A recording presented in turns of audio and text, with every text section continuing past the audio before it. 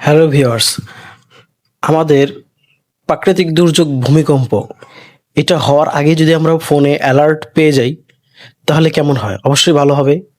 তো আমরা এই অ্যালার্টটি কিভাবে চালু করব?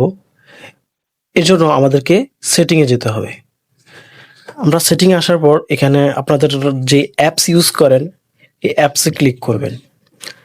এখানে আসার পরে যে উপরে ম্যানেজ অ্যাপস এখানে ক্লিক করবেন।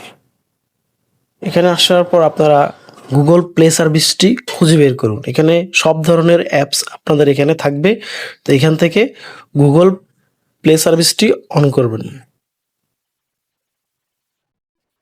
এই যে আমাদের এখানে এই যে লেখা আছে যে গুগল প্লে সার্ভিস, এই খুঁজে বের করে এখানে ক্লিক করবেন। এখানে আসার পর দেখুন এই যে এখানে লেখা আছে নোটিফিকেশন, এখানে ক্লিক করবেন। এখানে আসার পর একটু স্ক্রল করে নিচের দিকে আসুন।